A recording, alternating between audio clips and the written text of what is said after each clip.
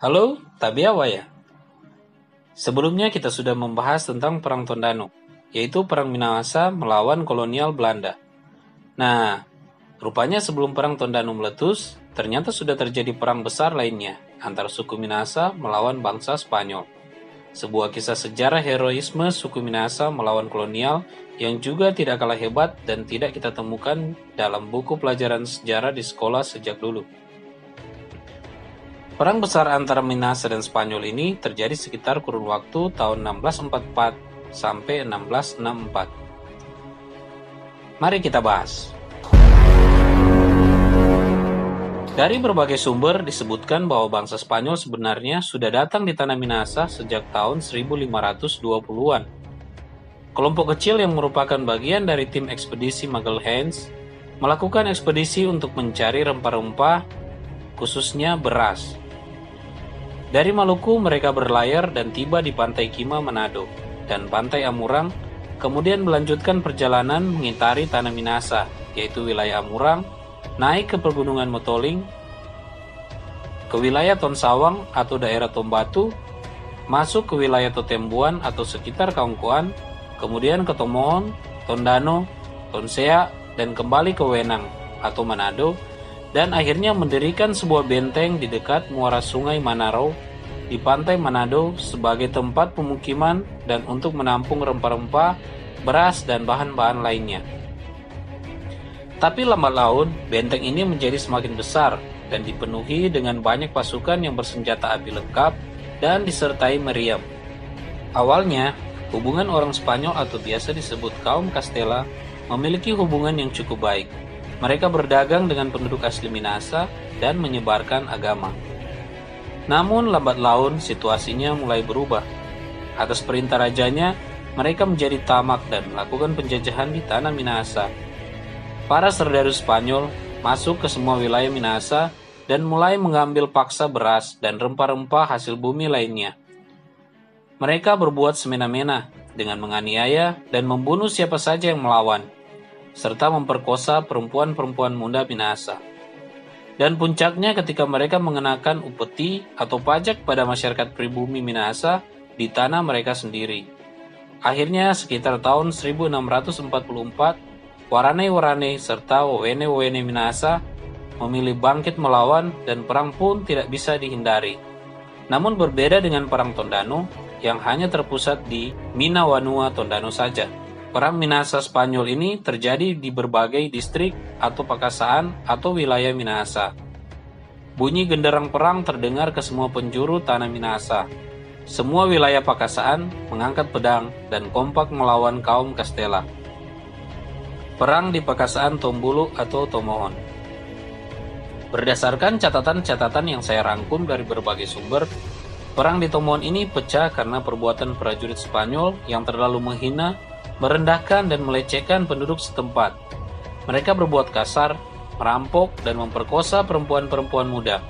Dan puncaknya ketika mereka melukai salah satu kepala kampung di Tomohon, yaitu Ukung Lumi. Bukan hanya melukai, para serdadu Spanyol itu juga menculik anak Ukung Lumi yang bernama Tenden Wulan. Berita ini begitu cepat tersebar di seluruh pelosok, dibantu oleh pakasaan-pakasaan lainnya di bawah pimpinan Panglima Perang Kusuma. Para Warane mengangkat pedang dan memerangi kaum Castella Spanyol. Mereka mengejar dan mengepung pasukan Spanyol yang sedang dalam perjalanan menuju benteng di Manado sambil membawa putri Ukung Lumi. Di lereng Gunung Empung, daerah bagian utara Kampung Kinilo, teriakan Iyaya Tusanti menggema dengan sangat kencang di balik pohon-pohon pegunungan, dan dengan secepat kilat, pedang para Warane menebas leher serdadu-serdadu Spanyol. Tidak ada satupun tentara Spanyol yang selamat dari peristiwa itu. Peristiwa itu tidak hanya merenggut nyawa para serdadu Spanyol, melainkan juga beberapa imam misionaris yang menjadi korban kemarahan para Warane. Perang di pakasaan Tondano atau Tolour. Di tempat lain, Spanyol yang berhasil masuk ke wilayah adat Walak Tolour dibuat murka atas sikap ukung setempat yang bernama Mononimbar, terutama karena tidak mau menuruti perintah untuk mengumpul hasil tanaman padi dan diberikan kepada Spanyol, meskipun sudah dibayar. Melalui strategi licik orang-orang Castella tersebut, salah seorang bernama Pedro Alcázar berhasil memperdayai Mononimbar melalui minuman keras. Dalam keadaan mabuk, Mononimbar ditangkap dan diikat pada sebatang pohon hingga tewas. Mendengar pimpinan walaknya sudah tewas, bangkitlah kemarahan Warane Pakasaan Tolour. Kemudian dengan semangat berani mati, diperangilah orang-orang Castella ini. Daya tempur dari pihak Warane Tondano yang cukup mematikan berhasil membuat pasukan Spanyol mundur dan lari ke kawasan pantai timur Minahasa. Perang di Pekasaan Tonsea.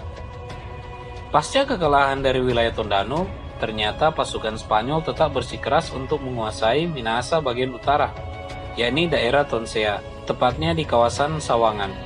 Dibantu oleh pasukan dari Tidore, kaum Castella berhasil membunuh seorang walian yang sedang mengadakan upacara ritual adat. Beberapa perempuan pun berhasil ditangkap dan dijadikan budak. Kemudian dibantu juga oleh pasukan Bolang Mongondo dan ditambah dengan pasukan Tidore, pasukan Spanyol memerangi Walak Tonsea di pantai Kaburukan, yaitu di area sekitar Batu Nona Kema. Tapi Warane Tonsea dibantu oleh para Warane dari Pekasaan sekitar tidak gentar menghadapi pasukan Spanyol dalam jumlah yang banyak bersama sekutunya. Beberapa teterusan atau panglima perang antara lain Romo Paporong, Wenas, Dumanau, Lengkong, dan Wahani berhasil menghancurkan pasukan Spanyol. Meskipun kalah jumlah, para Warane yang bersenjatakan pedang tajam berikat kain merah dengan berani berhasil mengalahkan pasukan Spanyol.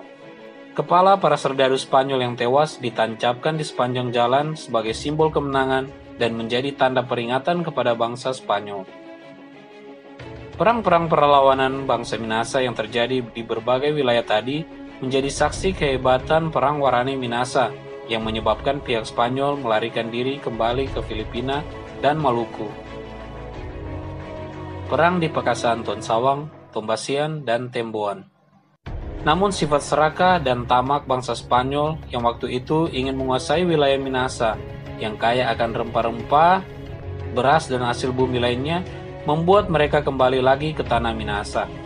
Mereka kembali berlabuh di Hamurang dan ekspansi ke berbagai wilayah selatan sampai ke wilayah tenggara Minahasa dengan pasukan yang lebih banyak.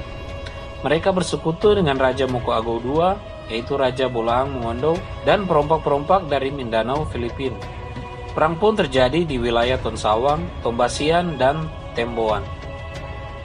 Melihat jumlah musuh yang besar kali ini, para kepala Pekasaan dari berbagai penjuru berkumpul mengadakan pertemuan di Batu Pinawetengan untuk membuat strategi dan membangun pasukan.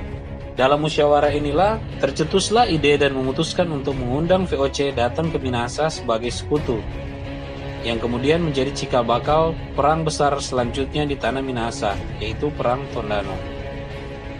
Wilayah Tonsawang, Warane Minahasa dipimpin oleh panglima-panglima perang yang tangguh, antara lain Ukung Oki dan suaminya Monde, Leleng Boto, Pongulu, Koba, Mororongan, Gandei, Pondolos, Ratu Banua, Karema Urey, Otombuat, dan Tenden Wulan.